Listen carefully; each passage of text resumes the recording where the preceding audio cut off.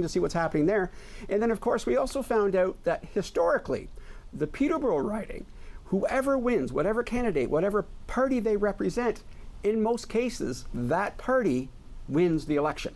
So we're going to keep an eye on that as well. Right. So we will be receiving updated results directly from Canadian Press, both local riding results as well as the overall party results. But about an hour ago, we received communication from Canadian Press. There is a list of 27 polls throughout the province that have been delayed for one reason or another. They didn't spell out why the closure of the polls had been delayed. Here in Durham Region, there is one poll, one Whitby poll number 9, that was delayed closing by 10 minutes. So hopefully that won't... That would be too bad. That doesn't sound too bad. Lorraine, put the porch light on, please. Okay, fine, we're good. Right. But then, we have to keep in mind, too, that if one poll in a riding is delayed, then they can't release the numbers for any of that riding until, things... So, Whitby, we're not picking on you. We're just going to be a little late, that's all. No. Also joining us tonight is Wyatt Sharp. He is a political podcaster and columnist who has been interviewing politicians, leaders at every level of government, and he's 12 years young. We recently spoke with Wyatt, who is camping out at Liberal leader Stephen Del Duca's campaign tonight. Wyatt, tell us, what's the mood there?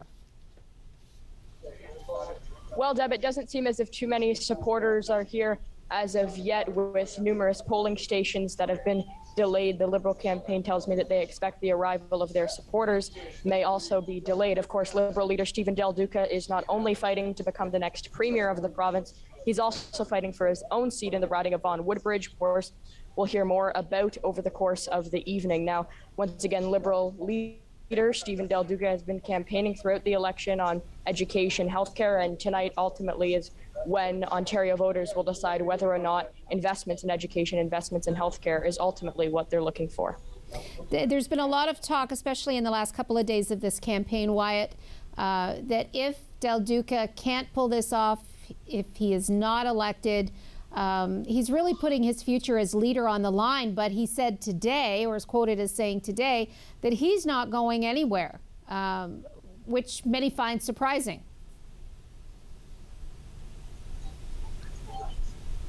Yeah, it definitely is surprising, and it'll be interesting to see whether or not Liberal leader Stephen Del Duca does stay on after the election campaign, depending on how many seats they can win in this election. That's definitely one of the most influential questions that many people, Liberal strategists and just everyday Ontarians, will probably be watching for over the course of tonight. Okay, Wyatt Sharp, thanks so much for joining us. Alrighty. Well, what were you doing at 12 years old? I wasn't interviewing leaders. The Prime Minister. He's Wyatt. Wow. That's who amazing. lives in East Durham region. I certainly wasn't interviewing prime ministers and other political leaders. No, absolutely not. Throughout this campaign, the leaders have all visited Durham Region. Liberal leader Stephen Del Duca paid a visit to Durham riding, where the former MPP and current councillor Granville Anderson is hoping to return to legislature. We asked Del Duca about the possibility of a Liberal NDP coalition if the Conservatives don't get their majority. Now, the reason we're sort of going with that, because the polls that I've looked at, and a lot of people are saying it is majority, actually all of them that I looked over, say it's going to be a Conservative win. Yeah. But of those, a good percentage of those are saying a majority. But anyways, we talked to Del Duca and, about the fact of possibly a coalition with the NDP. And here's what he had to say.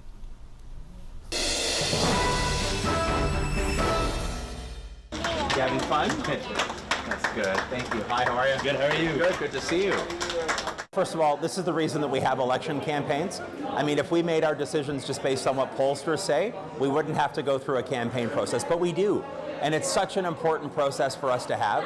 What I know, especially given that we as Ontario Liberals helped to set the tone and the agenda early in the campaign, I know coming out of the leaders' debate in particular, there is incredible momentum that is gathering around our plan to move this province forward and to deal with the affordability crisis. But I also know that Granville Anderson, myself, and the rest of our candidates, we believe in working hard right down until that moment when the last ballots are counted, and that's what we're going to focus on, respecting the voters, giving them their say, and working hard to earn their trust. Now, PC leader Doug Ford paid a couple of visits here to Durham Region, Rob.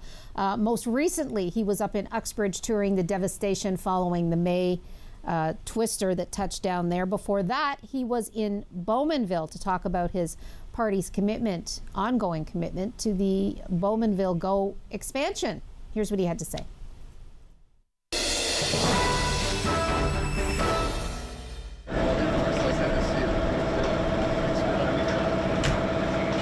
It's approximately $730 million to add 4 stations right along in between Oshawa and Bowmanville. But really what this does, it changes people's lives.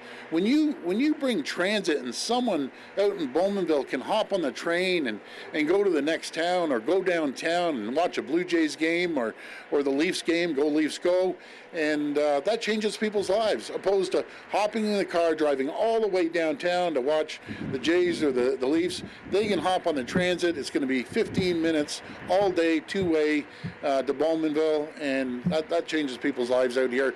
And what that also does, it creates new housing as well. We're here on a site that they're going to put housing in, and right behind us we're going to be putting the transit stop. We're getting it built. The other NDP and Liberals, they'll never get anything built. They just find excuses.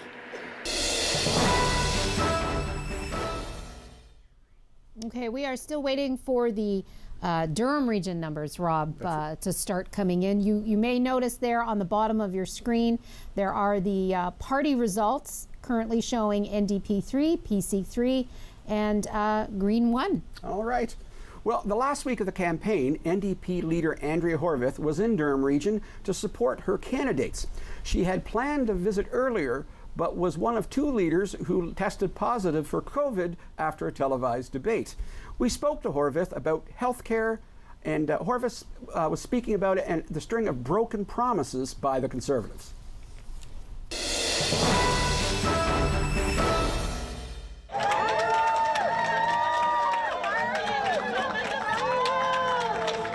Well, every election is different. The most important thing, though, is that the people aren't different. Ontarians are not different. Ontarians know that the last 4 years life has gotten tougher. Things are much more expensive. The promises that the current, the Ford government made, or that Mr. Ford made during the 2018 election, he didn't follow through. Our electricity costs are not lower. He didn't make life more affordable. He's broken those promises, and then of course we saw during COVID-19, our kids were out of school more than any other jurisdiction in North America. The way that he didn't step up for people in long-term care. He promised that iron ring around long-term care. It never showed up, and over 4,500 people lost their lives to things, yes, like the pandemic, like the actual COVID-19 virus, but also malnutrition. People died of malnutrition and of thirst. They died of dehydration in Ontario. That should never happen. So we're going to get the profits out of long-term care. We're going to get the profits out of home care and put the care back in, so that our seniors can get the kind of quality and dignity of life that they deserve.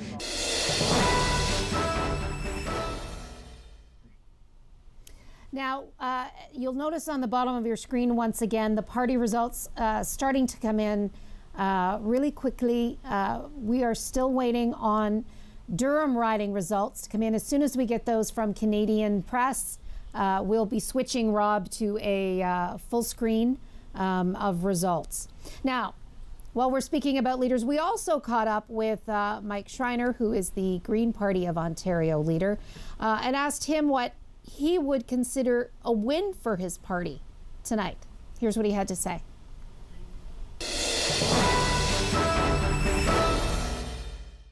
Increasing our seat count. I'm a longtime small business owner and entrepreneur in both business and nonprofits. And I can tell you that you have to go through a process as you grow a business or you grow a new political party. Electing that first seat in 2018 was the first step. The next step is increasing our seat count. And we've seen other Green parties around the country go through that process. In PEI, one Green seat led to 2 Green seats. Now the Greens are the official opposition. In British Columbia, 1 seat led to 2 seats, led to 3 seats, and Green MLAs were holding the balance of power in a minority government. We want more Green MPPs at Queen's Park so we have more influence to help improve people's lives.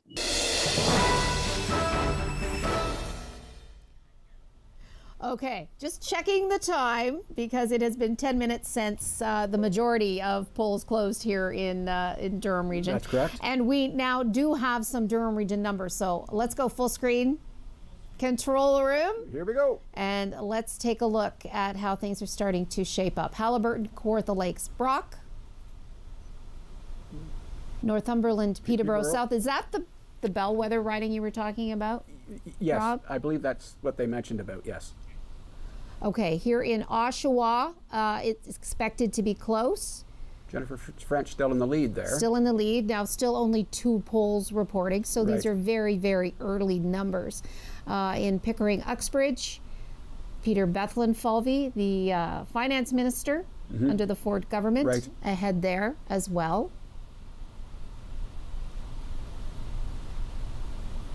Still no numbers reporting for Whitby, but as we said, Whitby had 1 poll that had to be delayed closing for we don't know what reason. So that will delay all the numbers then for Whitby. And Ajax showing the Conservative candidate Patrice ahead Barnes, there, Rob? yes, in the lead there. Yes. And there's no incumbent there, so that's a wide open race. Right. And no numbers yet for Durham riding. But No. Durham, there was no Durham riding polls that Nothing were yet. in that list of delays.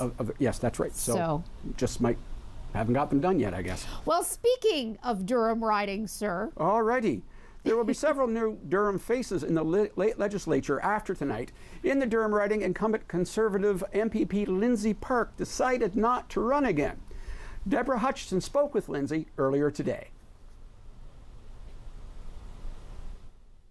Lindsay, so good to see you this evening. How difficult is it for you tonight to be on the sidelines instead of being in the thick of it this time around? Or is it a relief? Well, it is different. I'm a bit of a neutral observer this election campaign, but of course, many of my former colleagues have their name on the ballot tonight, and many great people seeking re-election for all parties. And so it's nice to be able to sit from the comfort of my home with my family and be a bit of a neutral observer this time. Now, we're hearing a lot about voter turnout. There were, over, was it a million that took advantage of the advanced polling, but you're hearing something quite different about voter turnout tonight or on election day. Yeah, Deb, I think many voters have found this to be an uninspiring election campaign with, not great options.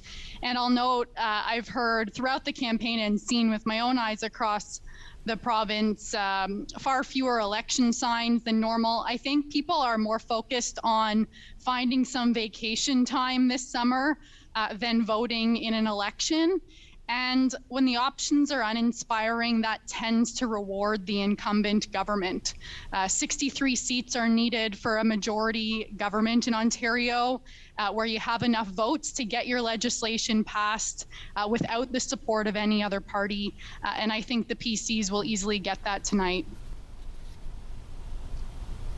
So once again, the pollsters are predicting a PC majority tonight. Right. And if the early numbers are any indication, that's exactly what is going to happen. We're also being told that they are further ahead at this point in the result counting this time around than they were at this point in 2018. That's correct. Am I making sense Yes, here, Rob? to me you are, yes. Okay. Yeah, so, That's all that matters. and the relationship between the province and municipalities was put to the test during the pandemic. To talk about the relationship is Oshawa Mayor Dan Carter. Carter joined us by Zoom earlier this evening. Dan Carter, Mayor of Oshawa. Dan, the pandemic really was an exercise in crisis management, wasn't it? And building and maintaining relationships. From your standpoint as the Mayor of Oshawa, what did the province get right? And what could it have done better with?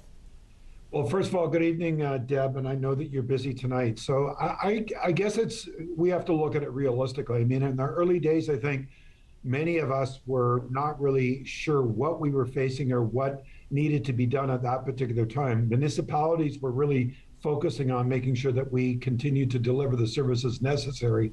And I think as the pandemic went on, we learned more and more about how the province could help us. I mean, financially, both from the federal and provincial governments, that played a significant role in regards to helping us be able to make the right decisions in regards to being able to our obligations to continue to deliver services. That financial assistance really was very well accepted. I think that, we learned a great deal. I mean, it's easy now to sit back and say, we should have done this, we should have done that, and did we overreact, did we not act enough? But I think the province, along with the federal government, really was trying to figure their way through this as the best as possible. And I think that if we were able to kind of go back in the playbook, we'd have to look at allocation of funding and also resources and say, were they in the right place at the right time with the right kind of supports? You look at our healthcare workers, did we do enough there to make sure that we had the right resources? I think all of us have to look at our pandemic preparation. Were we prepared for it? We didn't have the supplies that we needed. And I think that was a learning. And I think that we've got to have that in place as we move forward. And I think a lot of us looked at that and said, we need to do a better job there. But it really was day to day to try and figure out what we were facing next. And a big part of it was, for us anyways, we're essential services. We've got to keep on delivering the services. We were watching about who could be laid off and who could be kept at work to continue to deliver the services. But we were really worried about how are we going to financially meet up to our obligations. So both the province and the federal government, I think, did a pretty good job. But I think we've learned a lot out of this. And I think we better be prepared, better prepared than we were. I think the reliance on local suppliers is a big part of the learning also.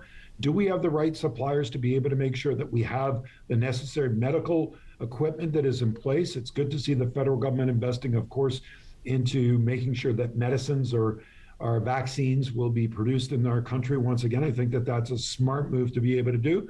But I think that we're going to continue to look at how are we going to make sure that those gaps are filled and make sure that we're not caught flat-footed again. So I hope I answered your question, Deb. We're still going through it, believe it or not. We're still looking at the provincial government, the federal government to help us financially. We're still stating that we need to continue that kind of support for municipalities. And I think that we have to continue whatever government stands tomorrow morning. We've got to make sure that the communication between municipal government and provincial government is stronger than it's ever been, and we better work together to make sure that we're prepared for the next pandemic or the next major emergency that we'll be facing. So going forward tomorrow, what would you say is number one on your priority list in regards to the provincial government? Wow, I got to be absolutely honest with you. I mean, there's a lot of priorities, especially for the great city of Oshawa. We want to make sure that we see shovels in the ground for the GO train and make sure that that project continues, make sure that the allocation, now we were told that the dollars were approved by Treasury, that the 4 stations were approved by the province. So we want to see action on that right away. I mean, that's a really important economic driver, health and well-being in our community. That's a big, big economic driver, and it's very important to our community. I think we've got to continue to look at our relationship with the province and make sure that we've got a voice at the table. I really want our addiction and mental health minister to really look at this crisis that's hitting all municipalities across Ontario, matter of fact, across Canada, about opiate poisoning, and we've got to do a better job on that. And I think we need a strategic plan to move forward. The housing crisis is still in front of us. people both from the market and affordable housing for those that are economically challenged. We've got to address that. We've got to come up with a realistic plan moving forward. I think putting these big numbers out front and saying, well, we hope it's going to work out, we've got to have a solid plan that really gets us to a place where we're going to be able to answer that question. I think that's a really, really important issue. And especially at the City of Oshawa, we're going to continue to advocate. We still believe that we are best suited for the next major healthcare investment in our city. I want to see those conversations continue and make sure that that happens. And I want to make sure that we have a strong collective voice at the table with the province. The province is going to have to make some hard decisions. We're coming out of a pandemic. There's huge deficits. As you know, the City of Oshawa for about 25 years has struggled financially. We are now in the strongest financial position that we've ever been. That has been a big part of my mandate, to be fiscally responsible and make sure that we pay down our debt, build our reserves, make sure we're investing in capital. But our infrastructure needs partners like the province. The province has to be at the table when we're doing infrastructure, not just our community, but many aging communities. We've got to replace water and sewer. We've got bridges that need to be replaced. We've got roadways that need to be reconstructed. There's a lot of work, and in infrastructure deficits all across the province of Ontario, we're going to need help from the province. But on the other side of it is the province is going to have to figure out its financial house and figure out how are they going to create a pathway forward so that the affordability factor for Ontarians and the people of the great city of Oshawa are able to make ends meet. And I think we better make sure that we have a conversation on that. So there's a lot to do on the to-do list, but for us, we want to keep the economy going. We want to continue to see infrastructure spending. We want to continue to deliver world-class healthcare right in our backyard. And we want to make sure that we address some of the big social issues that are very complex that many of the communities across Canada are facing. We've got to come up, Deb, with a plan that really talks about how are we going to help individuals that are suffering with addiction and mental health? How are we going to make sure we've got the right beds in the right place and make sure that we have supported living environments for individuals that are released from hospital or released from addiction programs to be able to support them through that transitional period? This is an important healthcare issue, and it must be addressed by the provincial government and the federal government. This is a national health care crisis, and I expect the province to be able to take it seriously. And I'll continue to advocate on behalf of the citizens of the great city of Oshawa. Okay. Dan Carter, Mayor of Oshawa, thanks so much for joining us tonight. Thanks, Deb. All the best and good luck tonight. Thank you. And if you look at the bottom of the screen, you'll see that the Conservatives have 64 seats, and theoretically, if that holds true, you only need 63 to, be declared majority winner. So they've got their majority, which everyone is already and calling. CBC was actually predicting that a few minutes ago. Yeah. So, anyways, the government was heavily criticized for the way it dealt with education challenges throughout the pandemic. Mary Fowler is the president of Durham ETFO, and Debra Hutchison spoke with Fowler early this evening. Mary, the criticism over the Ford government's handling of the pandemic was relentless. What would you say is their biggest failure in regards to education over the past 2 years? We've definitely seen kids struggling, not just academically, but their mental health so much more over the last 2 years.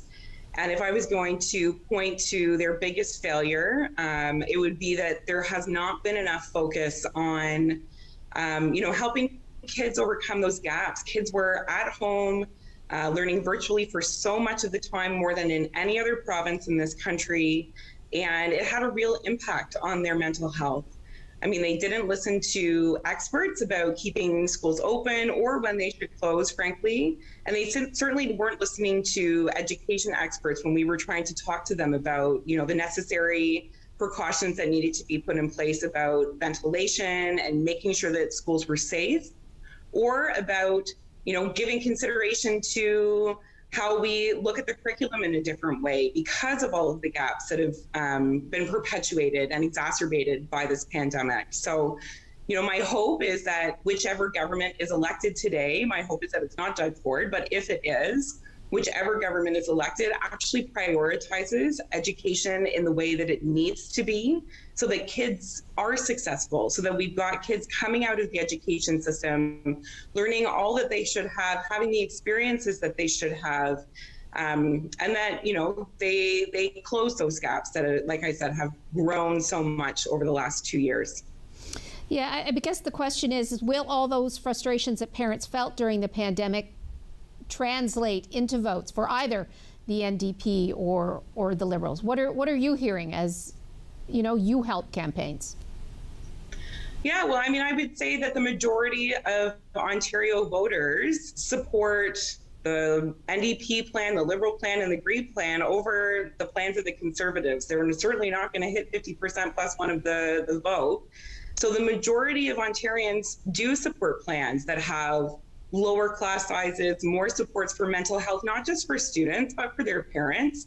As adults, in theory, we are more resilient, for our mental health, but kids don't have that same resiliency, and they see the mental health struggles of their parents, and that impacts them as well. So I do think that there is a critical mass of people in this province who are voting for parties that want to fund education in the way that it ought to be funded and want to support students in the way that they need to be supported.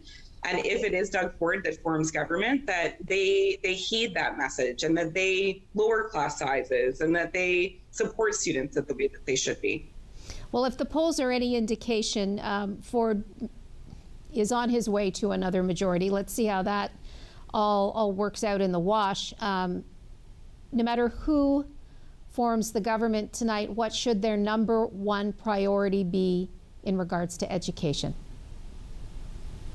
I think that it's got to be lowering class size, and because at the end of the day, when you are in a classroom of 35 kids or 30 kids, you don't have the ability to support students in the way that you do when you're in a class of 24 or 20. We've got kindergarten class sizes that still are at 29, 30, 31, 32. That is a lot of little people who, again, have struggled so much. And especially for those kids that weren't in those in-person settings, they didn't have that same kind of socialization. They don't have self-regulation skills in the same way. And we're really seeing that play out when it comes to violence in schools. And it's not just about academic gaps, it's also about those behavioral gaps and that socialization gap. So my hope would be, although it is a hope that I think is going to be short-lived, to be frank, the government of Doug Ford has never been one that has looked at lowering class size as a solution. But my hope would be that would be the priority that they give. The other piece that's really important for us is that we have seen steps towards privatization under Doug Ford. And I think that all Ontario parents need to be aware of the fact that they are moving towards a privatization model. We've seen them do that under healthcare in many respects as well. And I think we need to be really concerned about a Conservative majority government moving our public services towards private models. We've seen that happen in the United States. We know what impact that has been on education and on healthcare. And the cost that has meant for everyday people in that country, and we have to combat that here in Ontario. Okay, Mary Fowler is president of the Durham ETFO. Thanks for joining us tonight, Mary. Thanks so much for having me. Okay, we are finally getting numbers for all of Durham ridings, and we're declaring some winners already. There you have Laurie Scott, Conservative incumbent for Haliburton, Kawartha Lakes Brock. We're declaring her the winner, or Canadian Press is declaring her the winner, so are we. Yes. Conservative incumbent David Piccini in Northumberland, Peterborough South declared the winner. So 2 Conservative incumbents. That's right.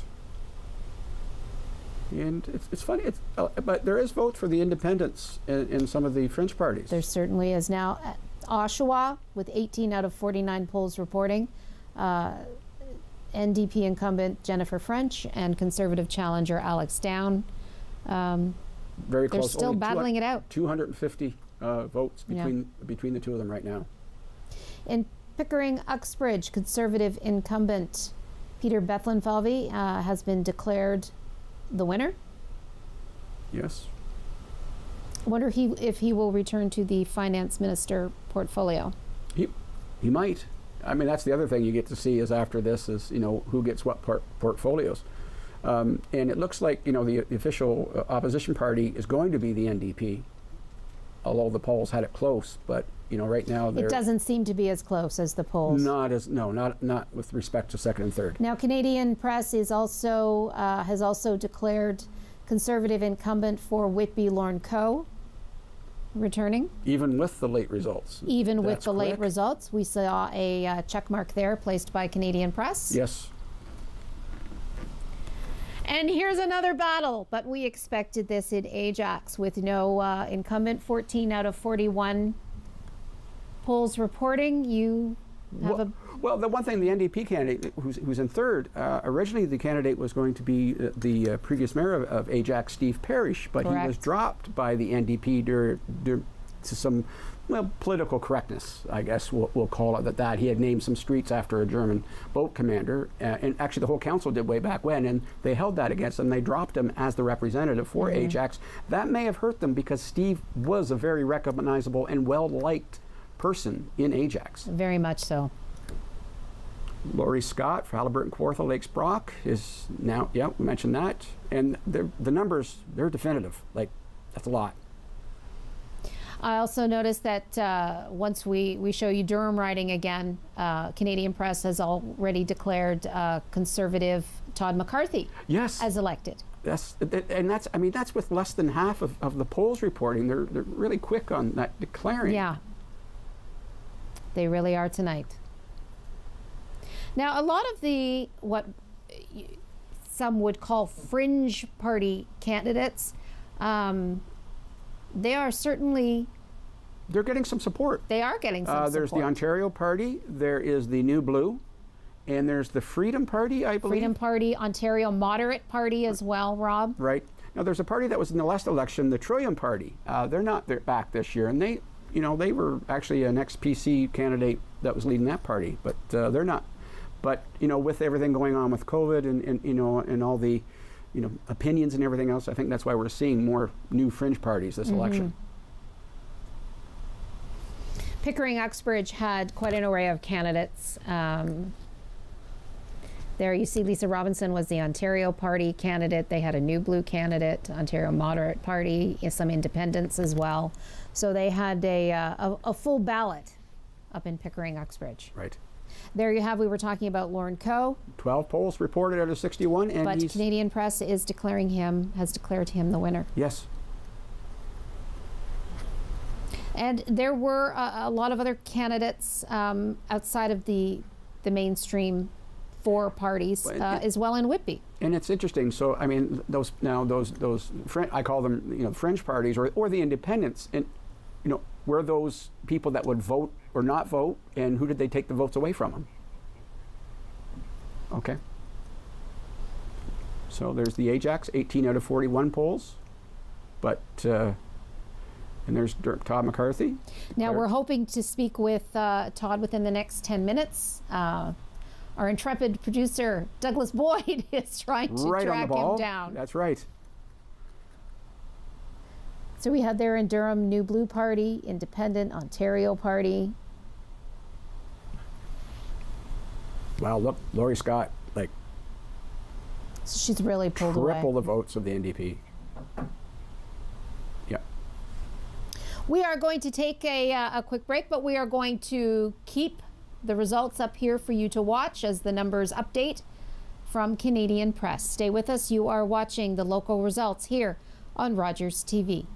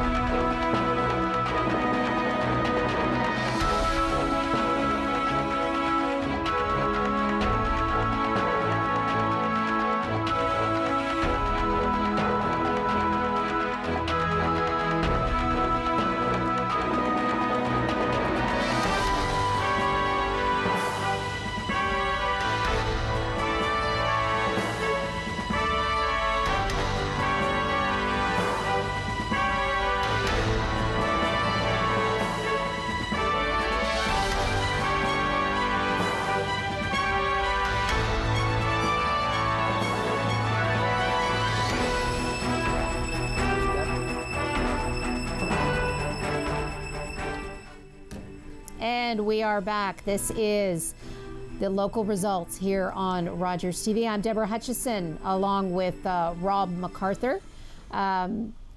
We are joined on the phone now by Todd McCarthy, who is the Conservative candidate in Durham riding. And according to Canadian press, they have already declared Todd the winner. Todd, can you hear us? I can. Nice to talk to you. How are you tonight? Great to talk to you. So did you expect the results to come in this fast? It's results that are very, very fast, but if this trend continues, it appears that I'm going to be honored as the next MPP for Durham riding. I'm so proud to be a voice for my community and part of the PC Doug Ford team that is returning to Queen's Park with a majority government. What tremendous confidence the people of Ontario have in our Premier Doug Ford, our party's plan, and I'm honored to be part of that as a new MPP for Durham. Todd, what do you see as your number one priority, or, tops on the to-do list now that, you'll be going to the legislature? Well, as you know, we campaigned on 5 priorities, and we campaign on those priorities across the province. That's the PC plan for rebuilding the economy, working for workers, keeping costs down, a plan to stay open, and investing in infrastructure, highways, healthcare, education, and public transit. Those priorities resonated with the people of Ontario and in my riding of Durham. So my job is to get it done for the riding of Durham based on those 5 priorities. What were you hearing at the door? What were the voters saying to you? Hope and optimism, and really thankfulness for our party's positive plan for the future of the province, not only over the next 4 years, but for the decade to come and decades to come. This is an investment in the future. This is for the next generation and the present generation. This is just a hopeful plan, not based on criticizing or tearing down others, but talking about what we're going to do. People saw us as the party that was saying yes to positive investments in education, healthcare, transportation, and infrastructure, while the other parties just criticized and had no plan. What do you think it was about Todd McCarthy that really resonated with the voters and ended up with them putting that X beside your name, sir? Well, what I heard time and again as I was out with my team since the cold days of January right up to the warm days of spring was how thrilled they were that I and my team knocked on thousands of doors. We knocked on over 30,000 doors in our great riding of Durham. And I often heard how honored people were that we came to the door and they could talk to me and I could hear their cares and concerns and listen to their priorities. And we connected because the priorities of Durham are the priorities that were put forward by Premier Ford and the PC party. And I could repeat them and emphasize them as I talked to them and put a local flavor on them. And I think that's what resonated. But it was that personal connection at the doors. And it was an honor to talk to and listen to so many of my fellow citizens. Okay, Todd McCarthy, thank you so much for joining us. Congratulations. Once again, Canadian Press has declared Todd McCarthy the winner in Durham riding. Thank you very much. Thank you, Todd. So, Todd mentioned a lot of mudslinging, perhaps. The NDP and the Liberals, there was too much of that in their campaigns. Whereas, the Conservatives, it was more of like a get her done. Well, yeah. We're going to get it done that's type of message, right? And you said that when we were in a commercial break. Yeah, well, because in years of municipal politics, the one thing I was taught by the mighty Joe Dixon was... Joe Dixon. ...was no mudslinging. Say what you're going to do. Go with the positive, not the negative. And I think it has... I think it does have an effect. People don't want to hear negative things, especially what we've just gone through. We want to hear what the party is going to do for us. And one other thing I noticed listening to the commercials. Yeah. The PC commercials were the only commercial that I heard with your tax money. Everybody else's was, we will this, and even at the federal level, we will this. We know it's our money, but the Conservatives, and the funniest things that stick in your mind. We're saying with your tax money, and they were acknowledging that it is our money that they're using to keep their promises, and I like that. All right. Canadian Press apparently has declared Conservative Patrice Barnes the winner in Ajax, and Patrice is joining us now on the phone. Patrice, can you hear us? It's Deb and Rob in the Rogers TV studio. Hi guys, yes I can. Congratulations. Yes, we certainly can. Congratulations. Just describe to us what's going through your mind right now and just the intense emotion you must be feeling. Oh, it's hard for me to describe. It's very hard for me to describe what I'm feeling right now. I'm so excited.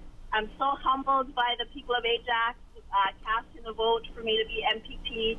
I'm just looking forward to seeing their voice at Queen's Park. How surprised were you that the numbers came in this quickly, Patrice? Oh, very surprised. I expected to paste a bigger floor into my carpet than I did. What do you think it was about you and the Patrice Barnes campaign that really connected with the voters? Well, we worked hard. We had a great team, and we knocked over 35,000 doors. We pounded the pavement, talked to our Ajax, and I just being honest on that I look forward to serving. I've served for a while for another role, and I really wanted to bring the voice of Ajax to the Queen's Park. Now, of course, you have that name recognition due to, your involvement with the school board. Yes. How much of a bonus was that really for you in this campaign? It was in regards to experience and having advocated for this community for over 80 years. And I've been able to talk to Ajax, the people of Ajax, and understanding the concerns of Ajax, living in the community. It's been, I think that it resonates with voters. And when you take a look at your priorities, when you've come down from that election night high, what is number one on Patrice's list? Oh, in the list of priority, it's service and with integrity is my number one. That's important to me, and that's what I committed at the doors, to always be a voice and true to the people.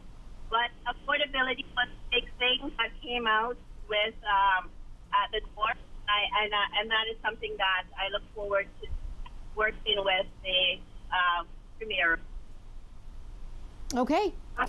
Patrice Barnes, congratulations. Patrice, Conservative Patrice Barnes has been declared the winner by Canadian Press in the riding of Ajax. Patrice, thanks so much for joining us. Thank you so much. Thank you. Have a great night. You too. Well, we know Patrice will. Well, yeah, no, she'll have a better night. She'll have a better night than I mean, we you will. think of it, she wasn't, there was no incumbent. So it was a close race. I mean, she's declared, but she was, so that says a lot, what the voters in Ajax had the confidence in her, because, that's a tough thing to do. And I think, and being on the school board does, again, name recognition, but it does give you an idea of what the concerns are, because certainly parents and families and children are a very important priority for anybody up there, actually. Okay, let's go full screen to the numbers now. Alrighty. And we'll roll through all the ridings in Durham Region so you can get another look. Basically, we have declared winners in Pickering, Uxbridge. Well, first off, there's Ajax. Patrice Barnes. Patrice Barnes, who we just spoke with. Yes. She is the declared winner for Ajax. We have Pickering, Uxbridge. Yep. And if you notice at the bottom, the Liberals have dropped down to 9, which I think they need 10 to be in official party status. So we'll have to keep an eye on that. Now, we recently spoke with Todd McCarthy, the MPP elect for Durham riding. Yes. So we have our results there. Yes. We have our results in Pickering, Uxbridge with Peter Bethlen-Falvey. re-elected. Laurie Scott in Halliburton, Kawartha Lakes, Brock. Whitby. The last time we saw Whitby, it was Conservative incumbent Lauren Coe, who was... He was declared? Well, Canadian Press has declared, but not Elections Ontario. But not Elections Ontario. That's correct. And when we were speaking to the Lauren Coe camp, they were waiting. waiting. Yeah, well, right? you don't want to pop the cork on the champagne too early. No. No. You need your bubbles.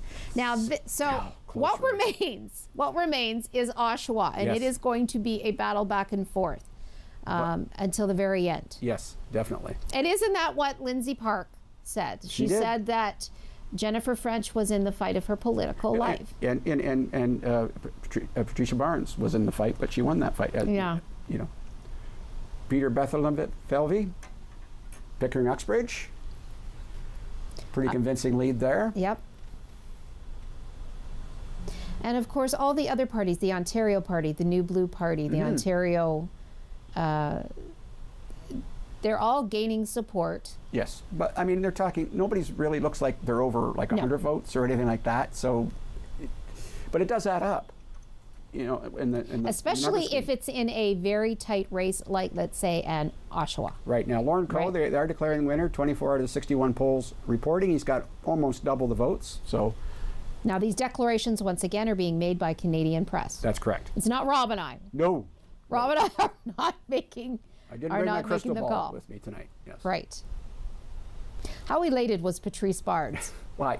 She's one happy lady. Yes. And you know what? Liberal candidate Amber Bowen in Ajax should be feeling incredibly good about her efforts. That's good. Because that is a very close race. Yeah, that certainly isn't a landslide vote. You know that it was a close horse race for sure. All right, so we are going to continue to show you the results. It's pretty clear that it is almost at this point not quite a blue sweep of Durham Region. No, not yet, but we will see. Okay.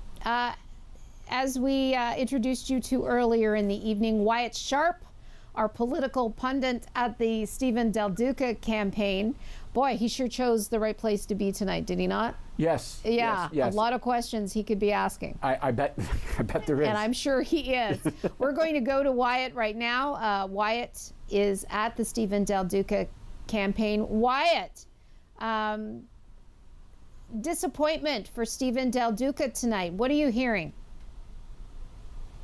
Well, Deb, I spoke to one Liberal spokesperson who said that they believe Stephen Del Duca will still be staying on tonight, despite the fact that right now it doesn't even look like he is winning in his own seat of Vaughan Woodbridge. So that definitely is one of the most interesting things about tonight, but also just looking at some of the seat counts province-wide for the Liberals, not even at official party status yet. So ultimately, we'll have to just see whether or not Stephen Del Duca will stay on. But the Liberal spokesperson that I chatted with did say that they believe Stephen Del Duca will stay on as Liberal Party leader.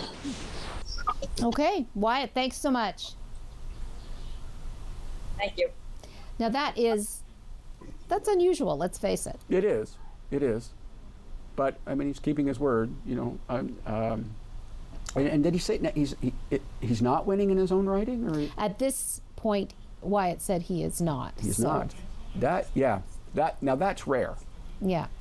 That's rare, but it has happened before, I believe. But so he lost to Michael Tobolo in the 2018 election. Yes.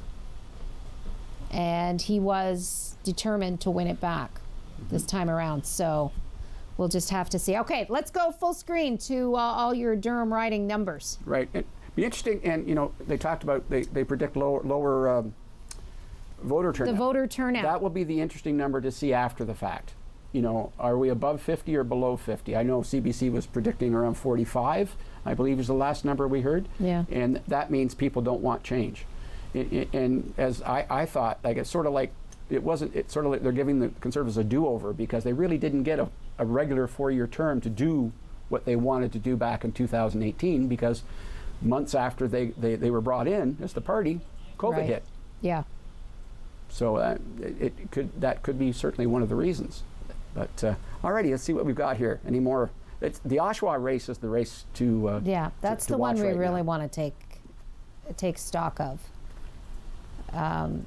You know, and if you take politics out of it, or party politics out of it, the race in Oshawa, and you look at your incumbent, no, I'm going to say, quite honestly, no MPP has worked harder than Jennifer French to represent this area.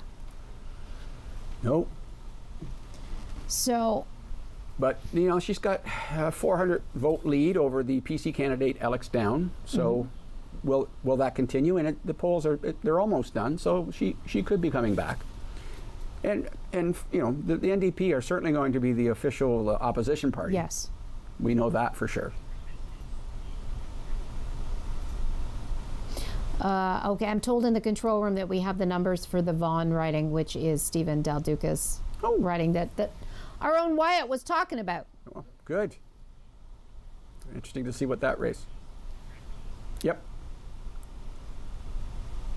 Okay, so Pickering Uxbridge once again. It is Peter Bethlen-Falvey returned for another term. In Whitby, incumbent Lauren Coe nicely pulling away. Yes. From the number 2 spot. And so early for late, like being, I was only 10 minutes late. Because, you know, Rob and I were joking, guys, that we're always told that this year the results will be coming in quickly, and we're like, okay, this is great, and then there's always something that gets in the way. Not this year, not so. No, it's and I like it this way because it lets people get on with things, and the party start earlier. So. And the parties start earlier. The parties have already started in Durham riding, Ajax riding, Pickering Uxbridge riding, for sure. And I'm sure Whitby riding too.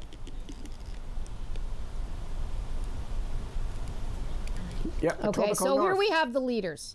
Doug Ford declared 24 out of 38 polls reporting, and that's a good lead. Can you imagine being a candidate to take on a powerhouse like Doug Ford? I don't know why I'd even run. Mike Schreiner, the Green Party leader. Wow. Guelph loves Mike Schreiner. They certainly do. Mm-hmm. So there is the one seat in the legislature that he was hoping to get. Of course, as we reported earlier, Laurie Scott declared, the winner. She's an incumbent, and convincingly. Very convincing. Definitely very convincing. Hamilton Center, here is Andrea Horvath. She has been declared the winner as well.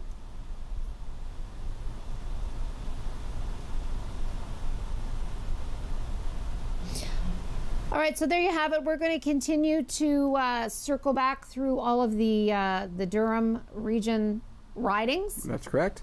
As well as the leaders' ridings. We're going to take a quick break. You are watching the local results on Rogers TV.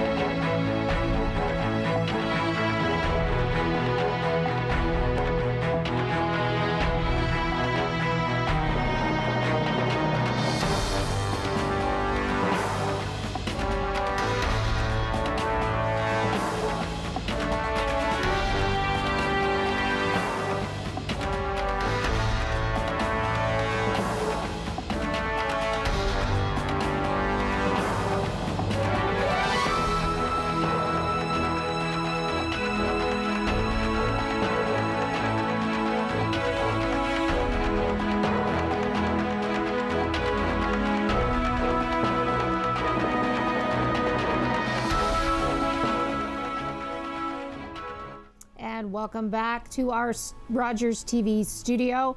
You are watching the local results here on Rogers TV. Deb Hutchison along with the fabulous Rob MacArthur. Why, thank you. Thank you very much. All right. So it looks like we have results in all but one. Oshawa, it's the race now. And it's a close race. Yeah, but it always has been. We were looking up the results from the last election. And it was close. And it was close too. It was back and forth between Conservative candidates. The Conservative candidate, who was at the time was Oshawa Councillor Bob Chapman, and Jennifer French. Right. So and this particular riding just has a history of flipping between the NDP and the Conservatives. And Jennifer French, though, she's been a good representative. Solid. And so even now you'd wonder, why is it that close? Yeah, but it is. But they've only got 9 polls left, and she's leading by about 400 votes. So hopefully we'll have the results for you soon. So I guess it comes down to the question, will there be a blue sweep across Durham Region, or, once again, will Jennifer French and the NDP hold Oshawa? Yeah, hold Oshawa. And yes, and we have Lauren Coe will be coming on in shortly yes, to talk to us. We are waiting for a phone call from Whitby Conservative incumbent Lauren Coe, who Canadian Press has declared the winner. Yes, well, I mean, and it's, everybody. There. The only one not declared the winner right now by Canadian Press in Durham Region is the Oshawa riding race. Right.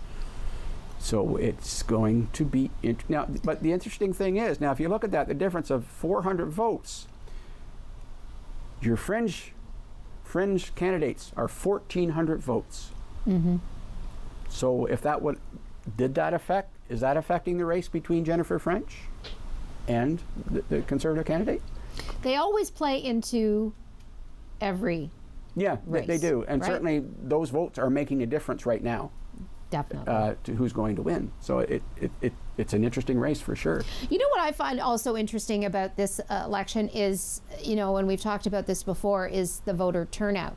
Elections Ontario reported that over 1 million people cast their ballot at the advanced polls. That's right. That's a lot of votes. That's twice as many as in 2018. But what you have to remember is that there were twice as many days for advanced voting. Yeah, that's right. In 2018 it was 5, this time it was 10. Yeah, but they're calling for a lower turnout in this election.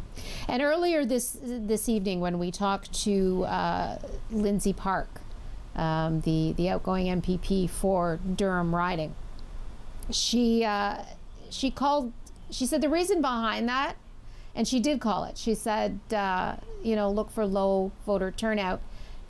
She put it down to uninspired campaigns. That none of the leaders really inspired. Well, the only one that the voters.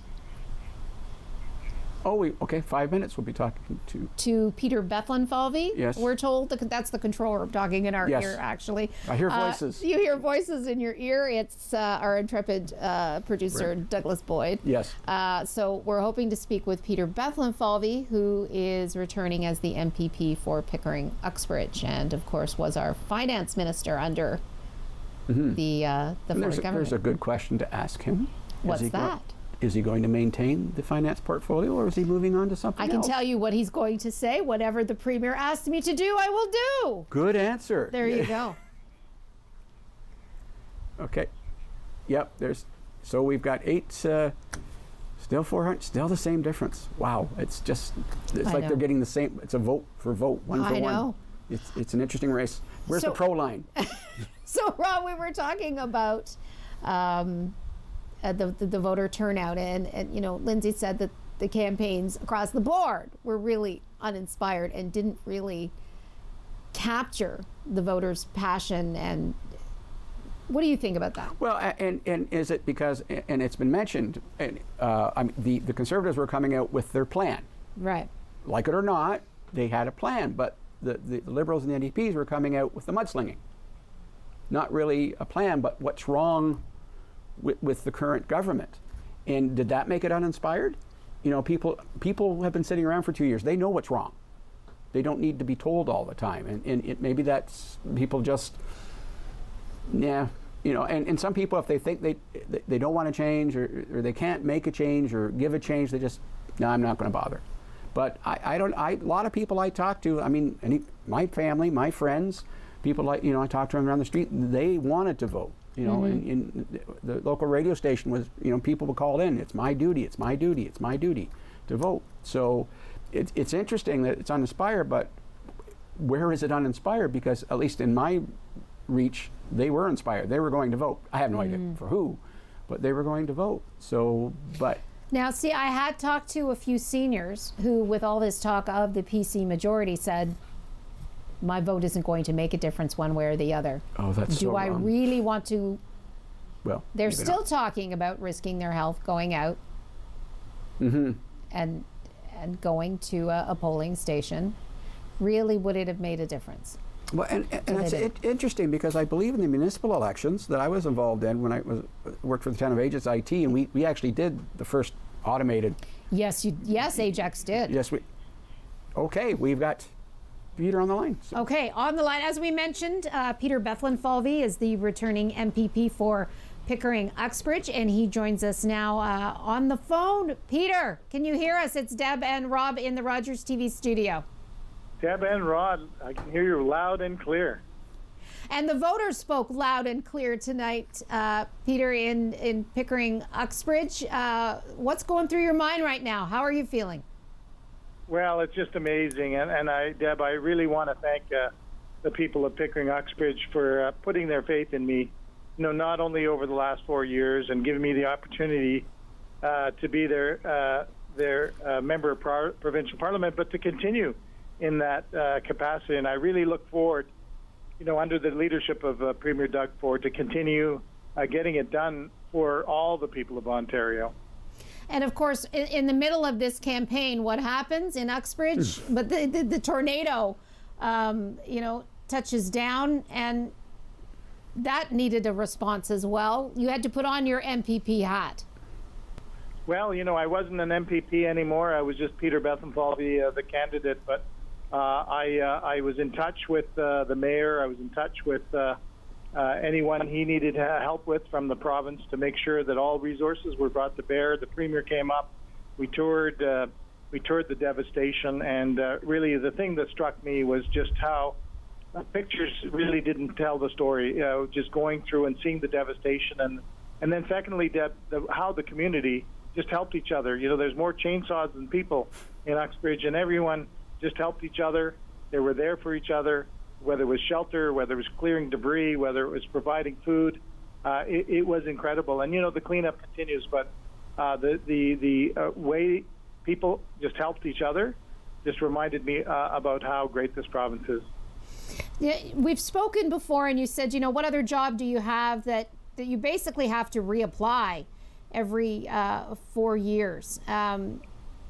What was it about Peter Bethlenfalvy that really resonated and connected with voters so much so that they, you know, didn't hesitate to put the X beside your name?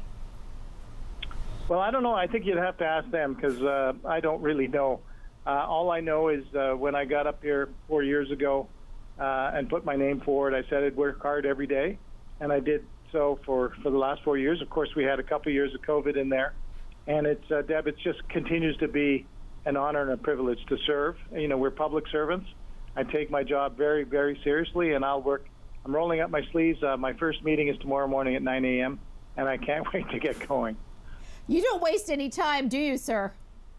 No, I don't, because there's so much to do. As someone said, so little time, so much to do. So what perhaps would be number one on that to-do list for you? Oh boy, number one on the to-do list. Well, you know, we're going to obviously, well, number one is to pick up all our signs. You know, they're all over the riding. So we're going to do that tomorrow as well. And obviously thank all the hardworking volunteers. Thank the citizens of Pickering and Uxbridge. And then focus on the things that matter.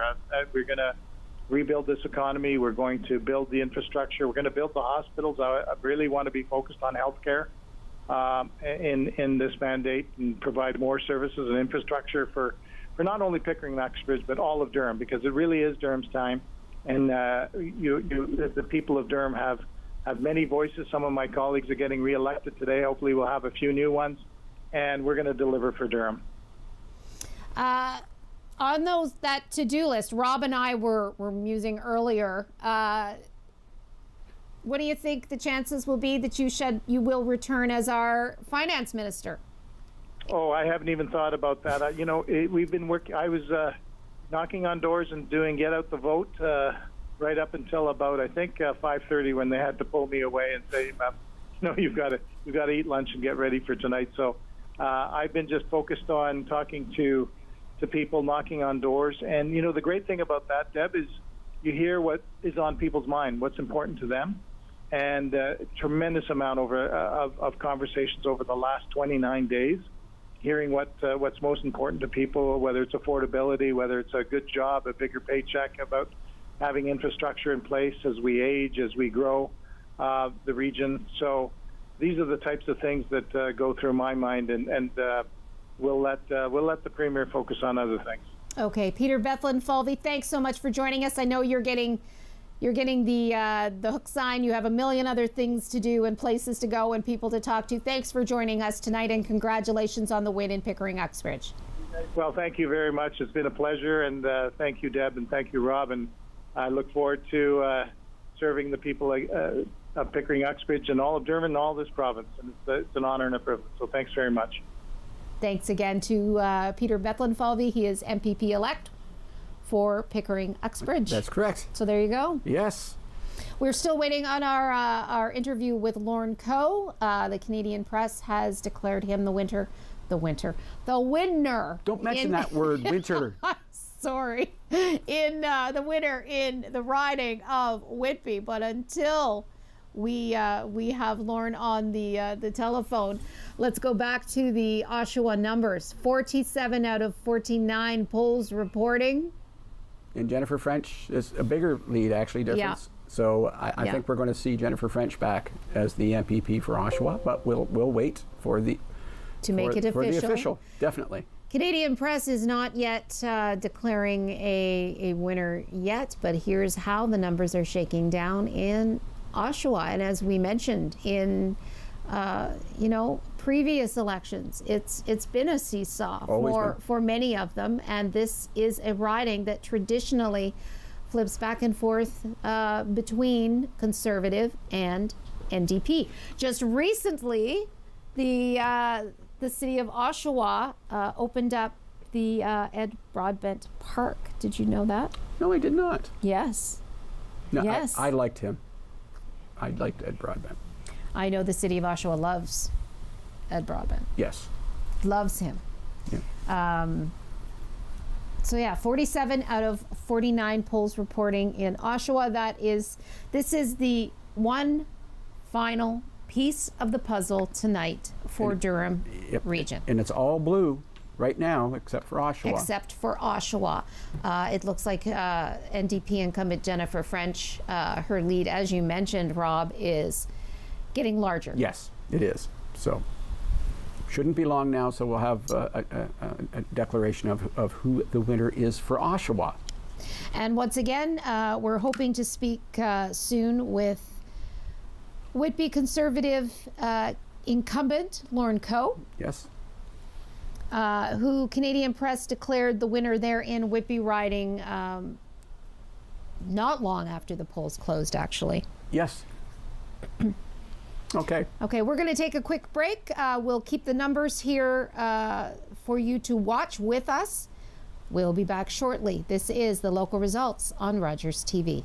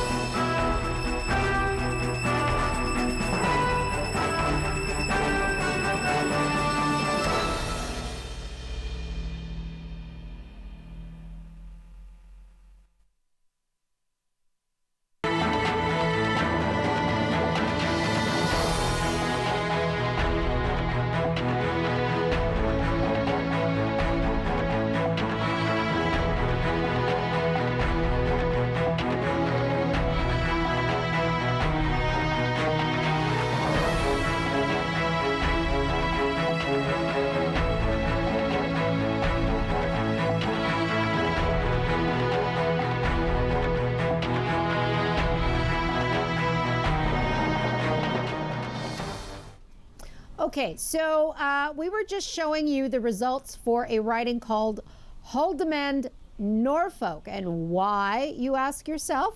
Why, Rob? Why are we showing our viewers because that riding? as far as I know, it's the first time an independent candidate has won a riding. I could be wrong, but I know there's been people that have been for a major party and then left the party and become an independent and then try to get reelected, and they normally don't. Yeah. But this person has actually won the riding. And it's been showing there down by the party results at the bottom of our screen there for a while. That is the others. Yep. One that you're seeing there. Bobby Ann Brady beat the Conservative candidate. And where is Haldimand, Norfolk, you ask yourself? It's in southwestern Ontario. It was created for the 2007 provincial election. 88% of the riding came from Haldimand, Norfolk branch. 12%, pardon me, so much talking, it came from Erie, Lincoln. So there you go. The riding includes all of the counties of Haldimand and Norfolk except those parts of Haldimand found in the Six Nations and New Credit Indian Reserve. So there you have it. There is the one independent who is now sitting in the Ontario legislature. So it can be done. Well, it can be, and and of course people are going, well, it's definitely it's near Port Dover. If anybody that goes to the big biker thing in Port. Oh yeah, I'm there every year on the lake. But yeah, it's around the Hamilton area, Mississauga, Hagersville. So yeah, that's very interesting. Mm-hmm. Okay, we are back to our Oshawa numbers, anxiously awaiting the last two polls. The last two polls. Jennifer French, the NDP incumbent, is ahead of her Conservative challenger, Alex Down. There's about, how many in between them there? 700? 700. Yeah. 700. I mean, it started a difference of around 300, so she's gained support through all the polls. Something tells me that this will be orange. I would think so. I can't see. Not that we're officially calling it, because we can't. I can't see the PC candidate, you don't know, but beating Jennifer in the last two polls by more than 700 votes. Yeah. But anything can happen, though. So it is certainly the one that we're keeping an eye on right now.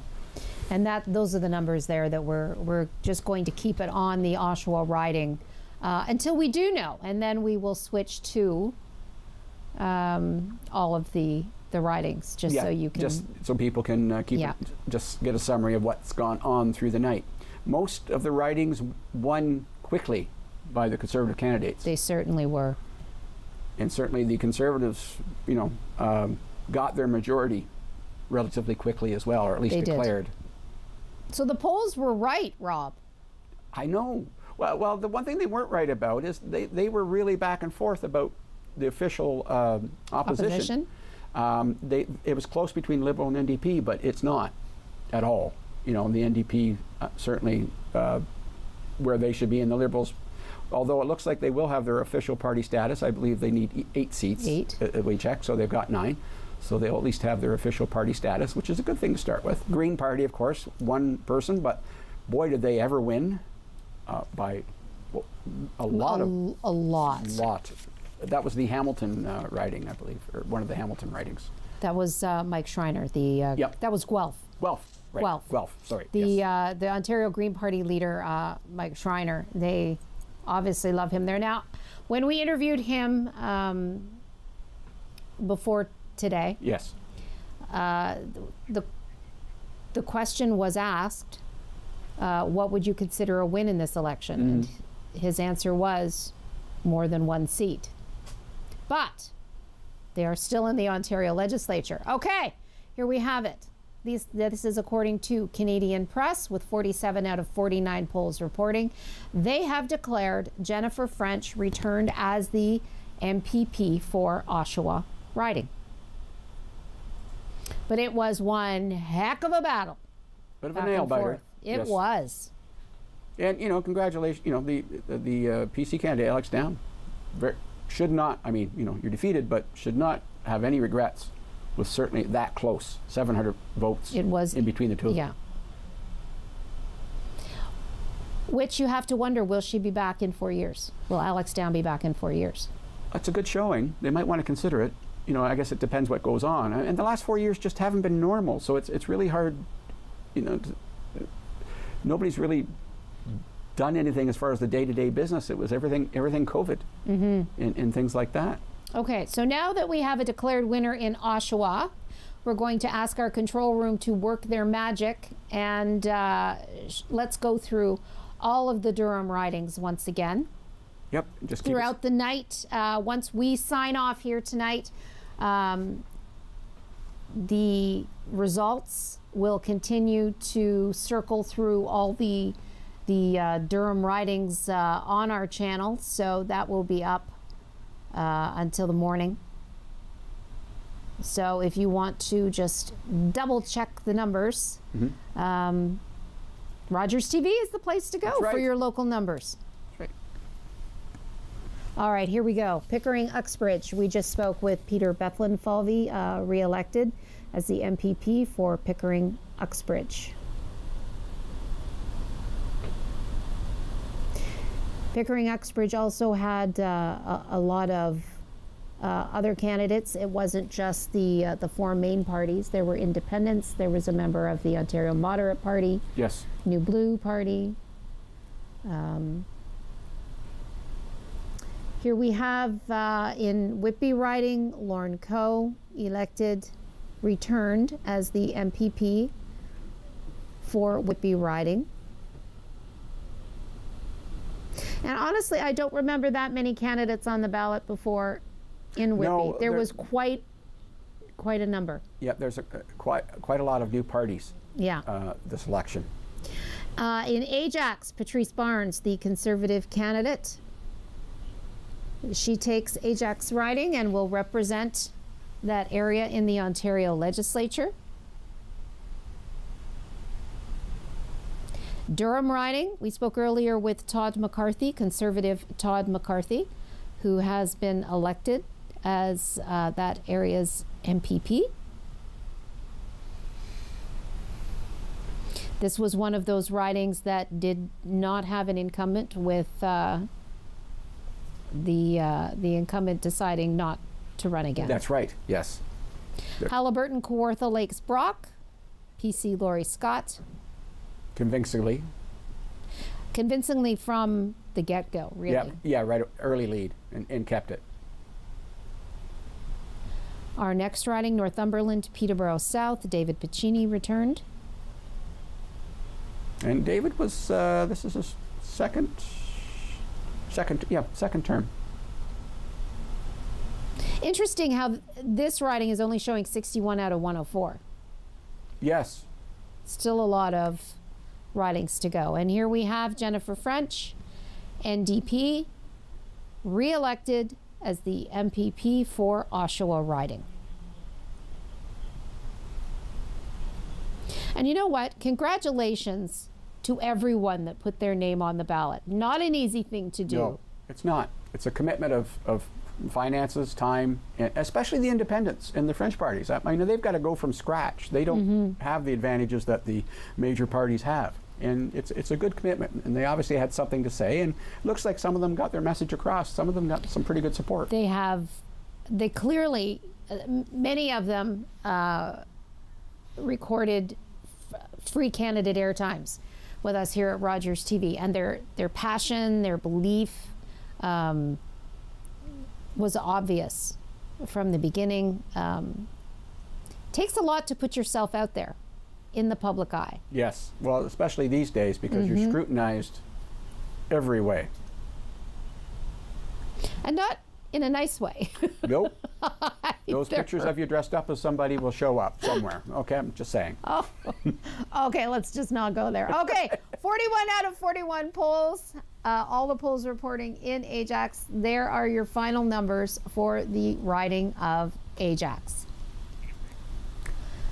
We're going to take a quick break, enjoy the music. We'll be back shortly. This is the local results on Rogers TV.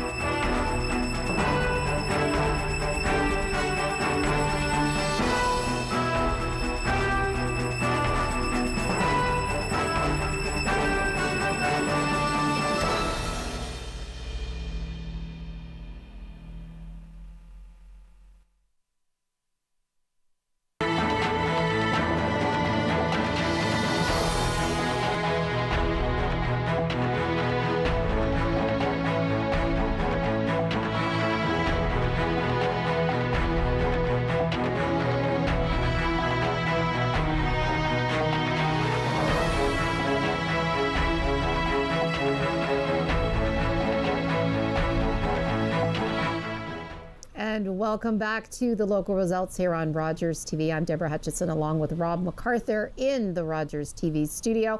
Joining us on the phone now is Mr. Lorne Coe. He is MPP elect for Whitby riding. Lord, can you hear us? Lorne, can you hear us?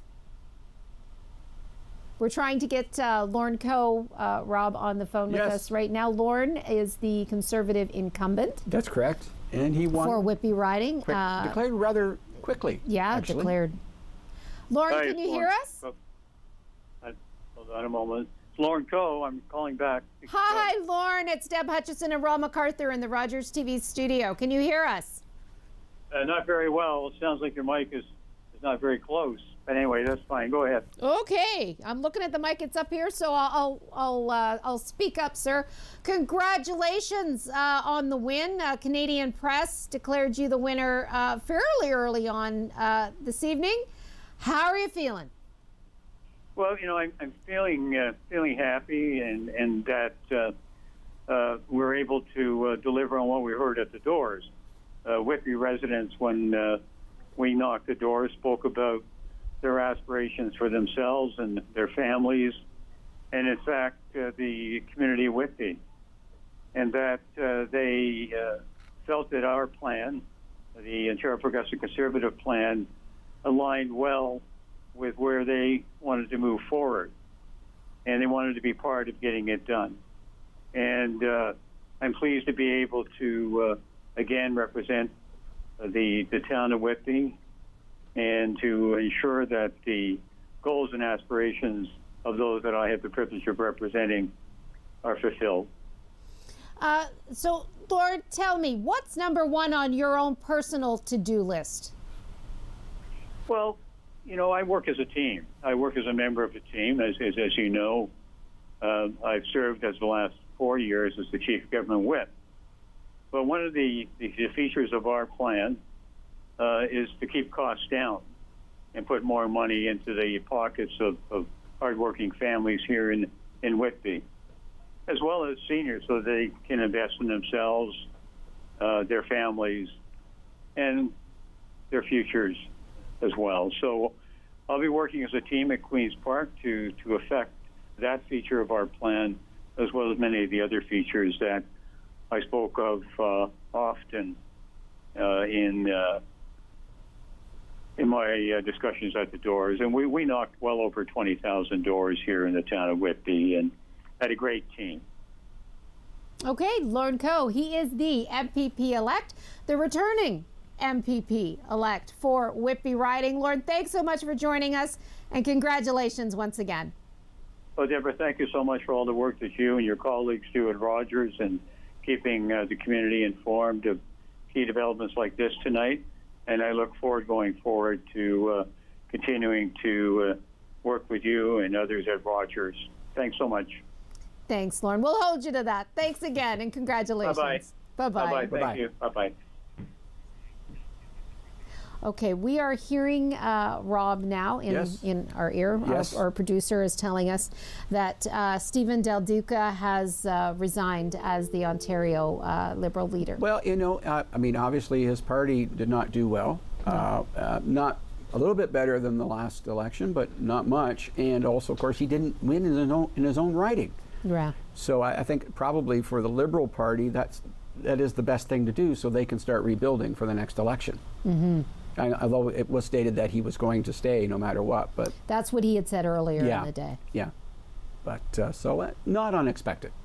Okay, let's go through the numbers again. It looks like Durham returned to mostly blue, but orange remained in orange Oshawa. Tinge. Little tinge. Yes, that's right. Yep, the NDP had foiled the Conservatives' plan for a blue sweep in Durham Region. Yes, they did. Okay, so if we can go to the numbers right now, that would be great. Just we're going to let. Oh, we have Wyatt on the line. We were going to go to the numbers, but they've have decided that we are going to go to Wyatt. Oh, he's disappeared. Oh, he's gone. Okay, so let's go to the numbers, folks, until we can hopefully get Wyatt back on the line with us, or let's, fingers crossed, perhaps we can talk with Jennifer French. That would be great. I would love It'd be to interesting to talk to her. French. Yes.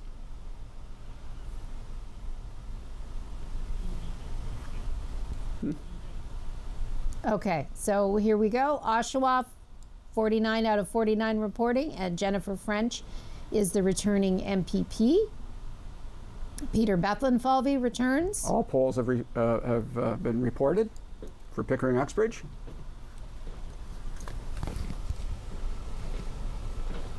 Honestly, Rob, I am surprised at how quickly the results came in tonight. How many seats did the PCs have in 2018?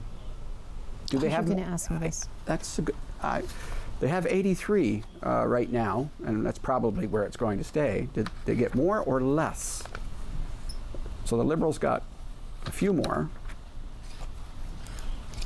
You've got the magic computer, so that is good. And we've got Whitby here, the results there. Of course, we just spoke with Lorne Coe. Yes. Patrice Barnes, the Ajax race, no incumbent. It was a close race for most of the night, but Patrice came on top, being declared the winner for Ajax. Oh, all right. Okay, so we have Wyatt on the phone. Wyatt. Wyatt, can you hear us? Yes, I can. Yeah, Deb, I mean, obviously, a big upset for the Liberal Party here at Liberal Party headquarters tonight. Stephen Del Duca becoming the second leader of the evening to resign. Obviously not the outcome that he nor the Liberal Party was initially hoping for, but ultimately that is the final result. The mood must be pretty somber there where you are right now. You, of course, are at Stephen Del Duca's, campaign headquarters? Campaign headquarters tonight. Yes. Yeah, I mean, it definitely is. I mean, looking at some of the campaign rally sizes of the both PC leader and NDP leader compared to the Liberal leader here in Vaughan, it definitely is, nowhere near those crowd sizes. And I mean, the mood here has been fairly uplifting considering the circumstances. I mean, both, the campaign staff around here, the supporters, and even Stephen Del Duca himself really, again, are very in a very positive mood, once again, considering the circumstances, considering that they're now going to have to go into another leadership race after, obviously they're not what they had hoped for result tonight. Yeah, now earlier in the day, though, Del Duca had said win or lose, he wasn't going anywhere. What do you think changed his mind? What are you hearing on the floor there?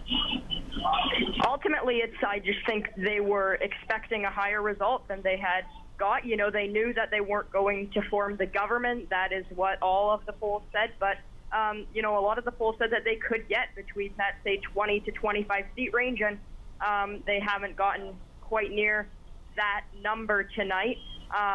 So, again, it definitely seems like that's what, Stephen Del Duca was hoping for, that, they could get somewhere within that region. They haven't been able to do anything near that. Tonight, they're around their 2018 numbers as things stand right now, not even at official party status, which that ultimately, as many Liberal strategists are saying, is obviously the reason why Stephen Del Duca has stepped down as leader of the Liberal Party tonight. Why didn't they do better? What are you hearing? Well, Liberal Party sources and spokespersons and people that I speak with ultimately say that they believe they still ran a good campaign, not really acknowledging too many reasons as to why they didn't meet their standards, why they didn't meet the performance that they had ultimately hoped for. So in terms of why they didn't win, I ultimately think that they're probably just still taking time to digest these results, because, again, they were hoping for and expecting a much better result than they got tonight. Okay, Wyatt Sharp, political podcaster and columnist. Thanks so much for joining us tonight, Wyatt.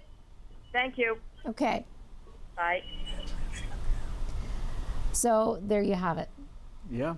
They're surprised. They're caught. They're side blinded. They clearly the Liberal not Party expected a much different result. Yes. Okay, we are waiting for an interview with Jennifer French. Hopefully we'll have her for you within the next 10 minutes. So guys, let's go back to the numbers that I know you want to see. And we'll just continue to cycle through the results tonight here in Durham Region.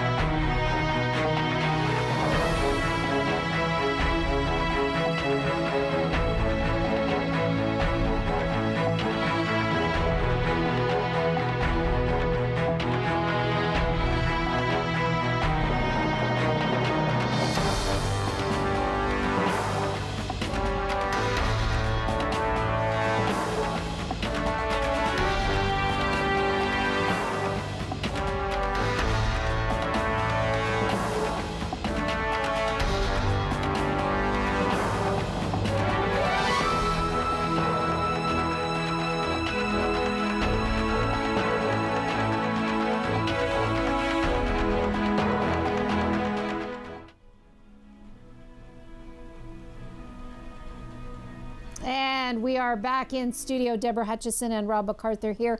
And joining us on the phone, newly re-elected MPP for Oshawa, Jennifer French. Jennifer, can you hear us?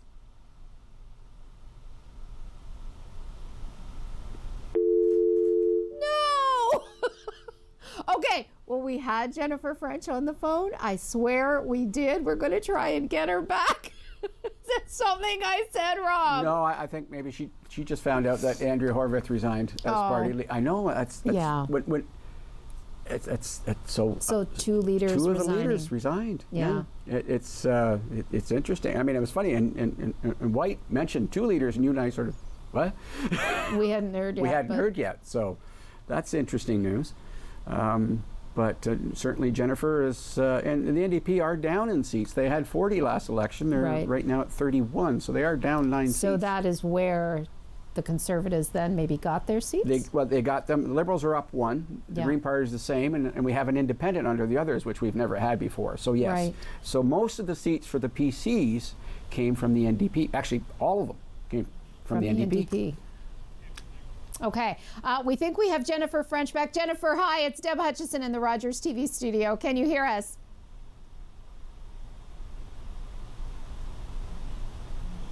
Wait for the bell.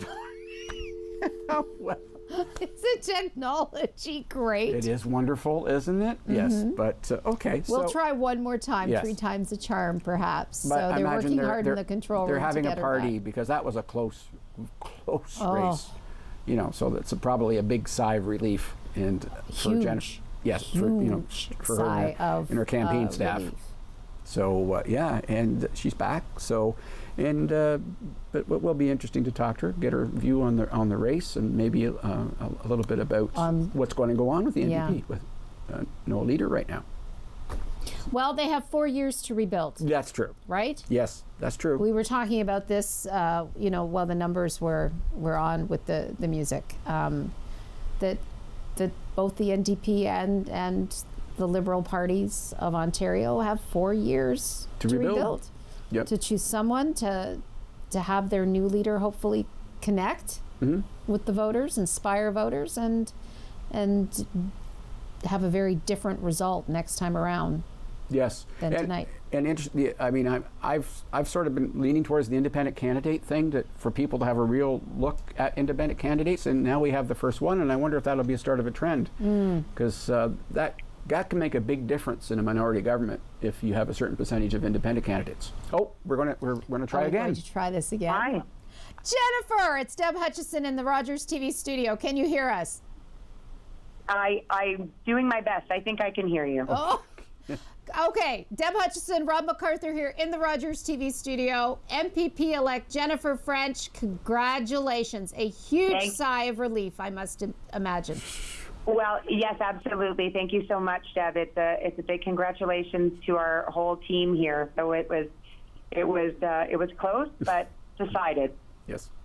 All night long, it was back and forth and just so incredibly close.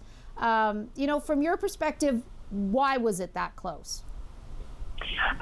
Well, this is the third time that we have been through this here in Oshawa, where I have been sort of that little orange dot in first a sea of red and then a sea of blue, and it would appear to be another sea of blue. So, I'm grateful to the community. I've worked hard to represent them and build relationships, and I did hear a lot about those relationships and the community work that we've all been doing, frankly, and I think that was an important piece of it for us here in Oshawa.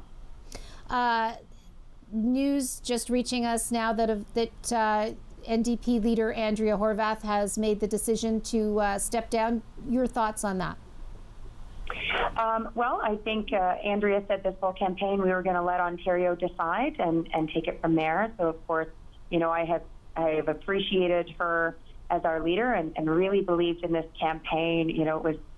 It's pretty easy to be talking about mental health and dental care at the doors and investing in services because it's so sincere and it really is needed. And so I was glad to be on this team and with Andrea and of course we all do have that vision for a brighter, healthier, stronger Ontario, and so we'll see what that looks like moving forward, and how we can all add to that. And looking forward, I guess, to the next 4 years, what's on your to-do list? What's tops on your to-do list? Well, top on my to-do list is to really kind of take inventory of the personal conversations that we had with folks at their door. What we heard from people was a lot of struggle and interest in having things be easier and better for their families, for their loved ones. So I still, I'm still really driven to push for accountability in long-term care, in healthcare, education. I mean, that's where I come from, right, in terms of investing in strong public services. And I didn't hear anything to the contrary that would take me off that course. But a lot of need for investment in real housing. People need a lot to be able to make their plans for themselves and for their loved ones. And so I will continue to take the voices of this community with me to Queen's Park and figure out what specifically we fight for. But right now it's a lot of things. So we'll get back to Queen's Park and we'll let you know, Deb. Okay. MPP-elect Jennifer French returned to the Ontario Legislature. The people of Oshawa had their say, and Yes, they chose orange. Yes, they did. They chose Jennifer. Congratulations once again. Well, thank you, and I want to thank the people in Oshawa because it's such a fantastic community, and it's been my privilege to represent it. And during a campaign, it really is your privilege to, and you're reminded of just how important this work is, just how personal this work is. So a fantastic campaign, I would say, run in Oshawa.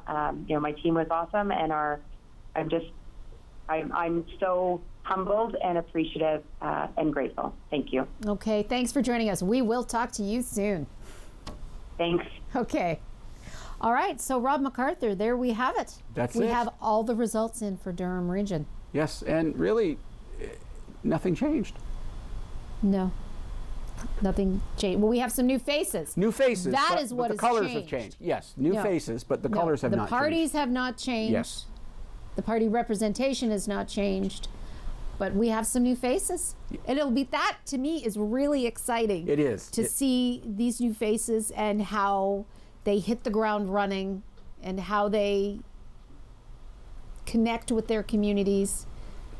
And how, what they're able to accomplish moving forward. And people are going to be expecting a lot with things getting back to normal. I think they're going to really be expecting a lot happening. So, they'll be expecting the parties in power to deliver. You betcha.